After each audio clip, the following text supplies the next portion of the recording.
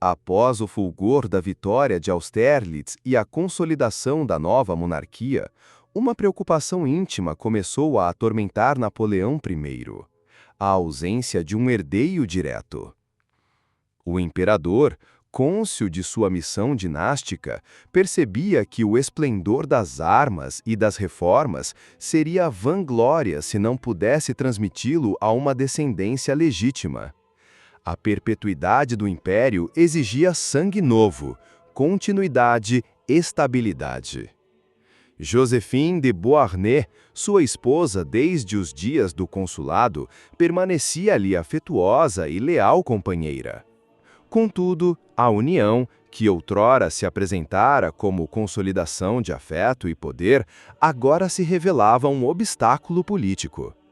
Joséphine, já avançada em idade, não tinha mais a possibilidade de gerar filhos.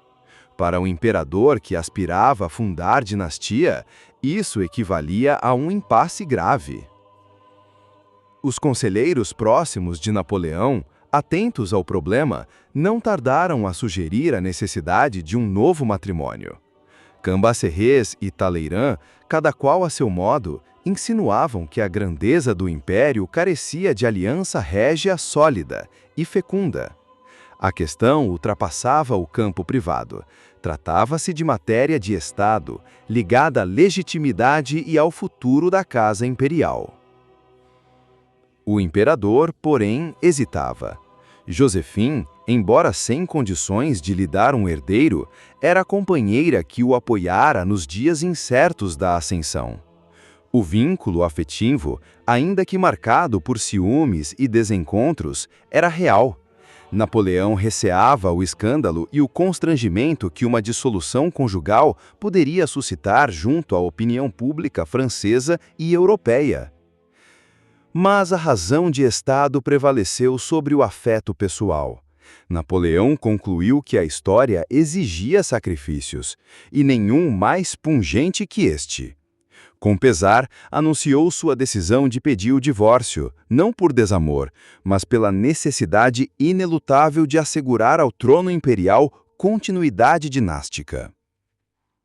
A cena da separação, em dezembro de 1809, foi de solenidade e dor. Reunido o círculo imperial, Napoleão e Joséphine declararam publicamente a dissolução do matrimônio. A imperatriz, em lágrimas, assentiu ao destino. O imperador, com semblante austero, reconheceu a grandeza moral da companheira. Paris, habituada ao espetáculo do poder, presenciava agora a tragédia íntima do soberano. Consumado o divórcio, a questão seguinte impunha-se com urgência: encontrar nova esposa.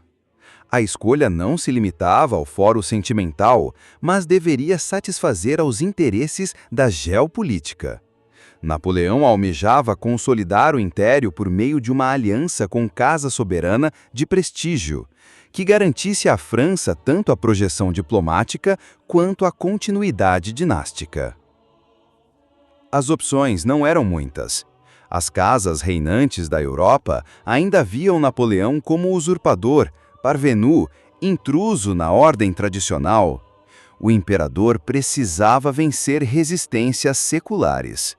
Nesse quadro, voltou-se primeiramente para a Rússia, cujo czar, Alexander I, oscilava entre rivalidade e aproximação desde a paz de Tilsit. Napoleão solicitou, pois, a mão da grã-duquesa Ana Pavlovna, irmã do czar. A aliança, se realizada, aproximaria Paris de São Petersburgo, criando o eixo que intimidaria a Grã-Bretanha e neutralizaria a Áustria. Para o imperador, seria casamento de ouro. Jovem e de estirpe ilustre, Ana poderia dar-lhe filhos e consolidar a legitimidade imperial perante a velha aristocracia europeia. O pedido, entretanto, encontrou fria resistência na corte russa. A imperatriz-mãe, Maria Fyodorovna, mostrou-se intransigente. Desconfiava do aventureiro corso, agora coroado imperador, e não admitia unir a dinastia Romanov a um soberano recém-entronizado cuja legitimidade ela considerava duvidosa. O czar, embora diplomático, não ousou contrariar a mãe e a tradição. Assim, a esperança de enlace russo desfez-se. Napoleão, que tanto prezava a força da vontade, teve de se curvar à realidade da diplomacia. Contudo, longe de desanimar, voltou seus olhos para a casa de Habsburg, inimiga secular de França, mas derrotada em campo aberto e, portanto, compelida a negociar. Os Habsburg, após a catástrofe de Wagram em 1809, estavam enfraquecidos. Franz Áustria percebia que resistir a Napoleão era imprudência, mas aproximar-se dele poderia render vantagens e, sobretudo, garantir a sobrevivência da monarquia austríaca. Foi nesse cálculo que se abriu a possibilidade de uma aliança matrimonial. O nome que emergiu foi o de Maria Luísa, arquiduquesa da Áustria, jovem de apenas 18 anos, filha do próprio imperador austríaco. A proposta, embora desconcertante, parecia conveniente. Unia as duas maiores casas reinantes do continente naquele momento, a antiga dinastia Habsburg e a nascente dinastia Bonaparte. Maria Luísa, educada em atmosfera profundamente anti-napoleônica, hesitou. Desde a infância ouvira que o corso era tirano que ameaçava a Europa. Mas a razão de Estado novamente prevaleceu sobre sentimentos pessoais. O casamento representava trégua, aliança e talvez proteção para os domínios austríacos.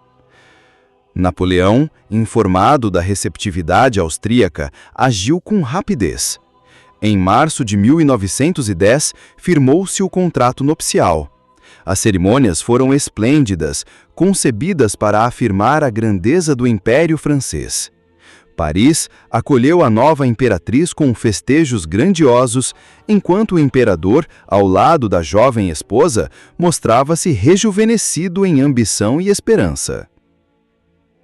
O enlace com Maria Luísa não significava mais que união conjugal. Representava um triunfo diplomático. Napoleão, o usurpador aos olhos das casas reinantes, tornava-se genro do imperador da Áustria. A velha Europa, a contragosto, via-se obrigada a reconhecer o soberano francês como igual.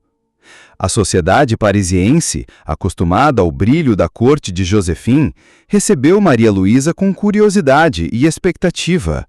A juventude da arquiduquesa contrastava com a elegância madura de sua predecessora. Contudo, o povo via, sobretudo, a promessa de um herdeiro, esperança que excitava o imaginário coletivo. Joséphine, retirada em Malmaison, conservou certa aura de veneração. Mesmo divorciada, mantinha relação cordial com o imperador que a visitava ocasionalmente. Sua resignação aumentava-lhe o prestígio moral, enquanto Napoleão seguia adiante com a nova fase de sua vida dinástica. O casamento com Maria Luísa produziu efeitos imediatos no equilíbrio europeu. A Áustria, até então inimiga figadal, transformava-se em aliada, ao menos temporária, fortalecendo a posição francesa diante da Grã-Bretanha e da Rússia. A aliança matrimonial consolidava-se como um instrumento de diplomacia em larga escala. Em 1911, a união frutificou. Maria Luísa deu à luz um menino, Napoleão Francisco Carlos José Bonaparte, proclamado desde o nascimento rei do Roma. O imperador, extasiado, contemplava enfim o herdeiro que tanto desejara, símbolo vivo da continuidade da nova monarquia. A chegada do filho representava a culminação dos sacrifícios pessoais de Napoleão. O divórcio de Joséphine, a recusa russa, a aposta austríaca, tudo convergia para este momento em que o império parecia assegurar sua perpetuidade. Maria Luísa, tímida e reservada, adaptou-se paulatinamente ao papel de imperatriz dos franceses. A juventude e fecundidade que trazia ao trono eram em si símbolos do vigor renovado da casa imperial. O casal, embora distante em temperamento, cumpria com eficácia a missão que a política lhes impusara. Assim, a nova união consolidava Napoleão como soberano não apenas de fato, mas de direito dinástico. O Império Francês, fundado pela força das armas, agora se legitimava também pela lógica tradicional das casas reinantes. No entanto, o destino, sempre irônico, reservaria provações. O herdeiro nascido, ainda infante, não teria tempo de garantir a continuidade sonhada pelo pai. E Maria Luísa, embora rainha de Roma, ver-se-ia em breve arrastada pelas vicissitudes da queda imperial. Por ora, contudo, em 1810 e 1811, o horizonte parecia claro.